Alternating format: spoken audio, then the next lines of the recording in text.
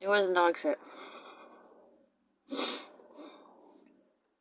So, I went outside and I stepped in a place where I don't normally step. I was reaching for a box that was left there for me.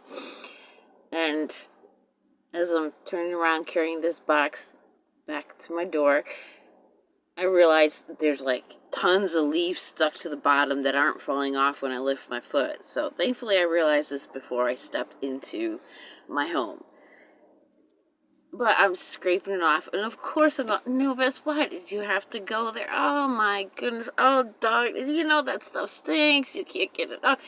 And I'm just having this little rant and emanating resentment, towards my dog, I'm sure. And as I'm scraping it, I realize it smells like when we used to clean out our horse's hooves. So I come in and, I'm all hugging, snuggling with Anubis, and I realized that, I blamed her for something she did not do. She was not responsible for. So, of course, I thanked her for loving me anyways, and all of that.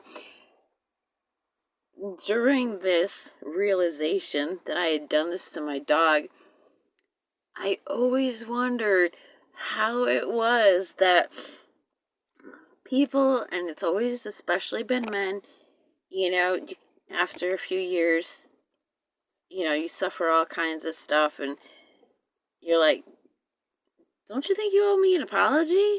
And they're clueless. They really, honestly, have no concept of why they would owe you an apology. I mean, you preserved and saved something for them that they view as their greatest treasure, and they don't want you anywhere near it because it's such a precious treasure. They don't want you taking it away from them.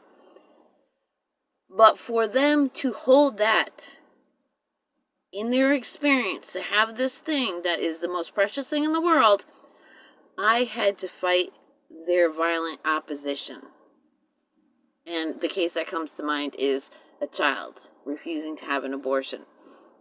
So they have no concept as to the idea that they would need to apologize.